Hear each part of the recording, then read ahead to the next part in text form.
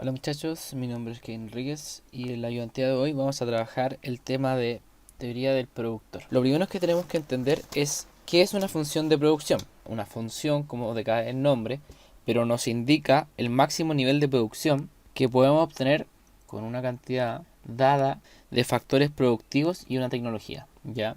Entonces, la función de producción nos indica el máximo nivel de producción que podemos obtener con una cantidad dada de factores productivos y una cantidad dada de tecnología. Esta se expresa de la siguiente forma, como Q igual a F en función de K y en función de L. K y L son respectivamente nuestros factores productivos, donde K corresponde al capital y donde L corresponde al trabajo. Entonces, esta es la expresión de una función de producción. De esta función de producción nosotros podemos sacar dos parámetros esenciales. El primero es la llamada productividad marginal y la segunda es la productividad media. De estas dos productividades hay que saber cómo calcularlas. Para el caso de la primera, nosotros podremos señalar que la productividad marginal se deriva en dos. En la productividad marginal del factor L o el factor de trabajo y la productividad marginal del factor K, el factor capital, cuyas expresiones se calculan de la siguiente forma. La productividad marginal de L se entiende como la derivada de la función de producción K, L respecto al parámetro L, y por su contraparte la productividad marginal del factor K es igual a la derivada de la función de producción respecto al factor K.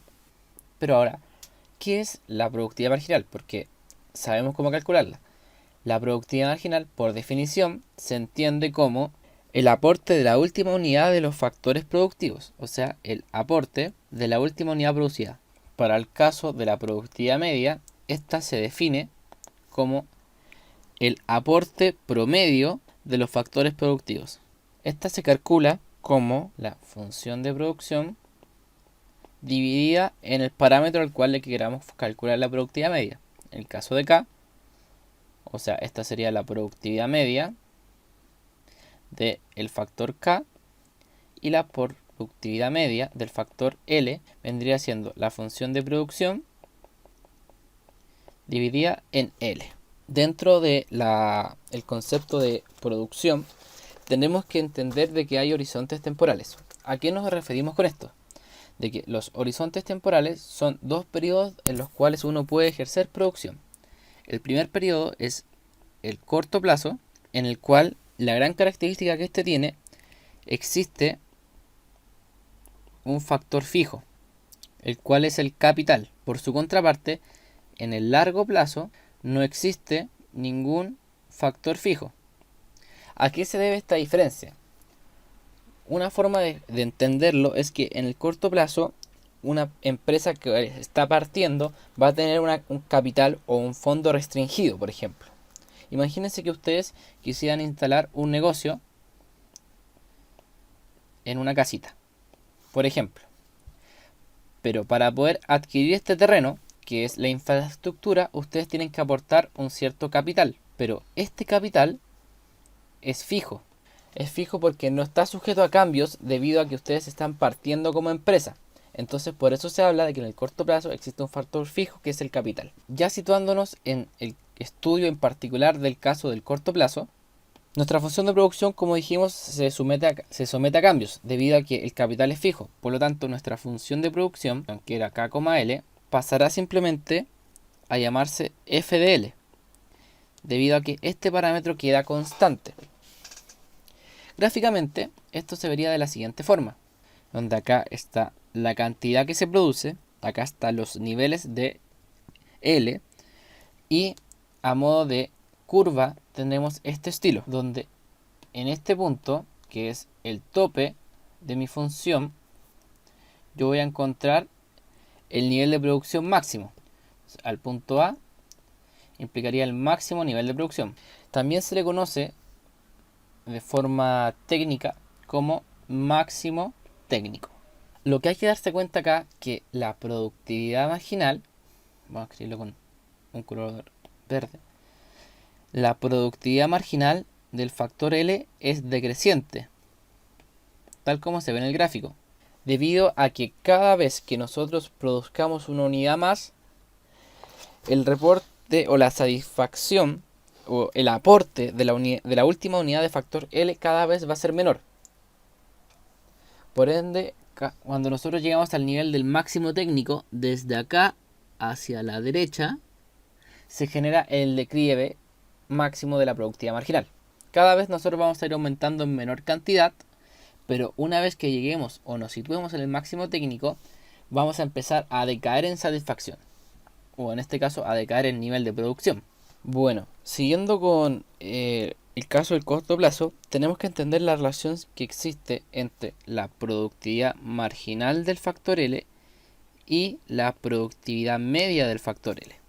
La relación entre estas es una simple ecuación, la cual se escribe como la derivada de la productividad media del factor L respecto a L va a ser igual a 1 sobre L por paréntesis la productividad marginal de L menos la productividad media del factor L.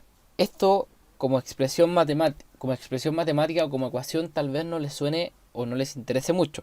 Lo importante es entenderlo gráficamente. Si nosotros llevamos esta expresión o esta relación a un gráfico donde en el eje Y situamos la productividad media de L y además situamos la productividad marginal de L, y aquí contemplamos el factor L.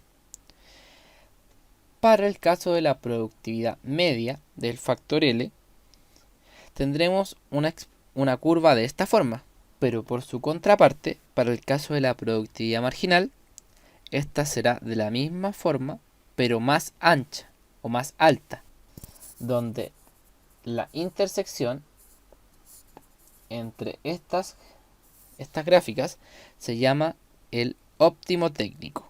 Entonces, para entendernos bien, esta va a ser la productividad media de L y esta será la productividad marginal del factor L. ¿Y dónde situamos el máximo técnico? El máximo técnico se va a dar siempre que la productividad marginal toque al eje de L o del factor productivo L en 0. Entonces, esta de acá vendría siendo mi máximo técnico. Ahora sí.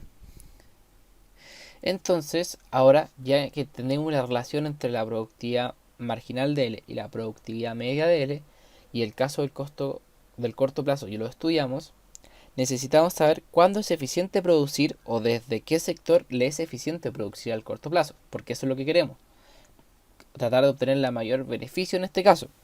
Entonces, a modo de resumen, podríamos decir que es eficiente producir en el caso del corto plazo desde el óptimo hasta el máximo técnico, o sea, en este sector de acá.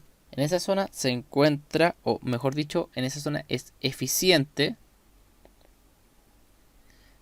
producir. Por lo tanto, lo voy a anotar acá.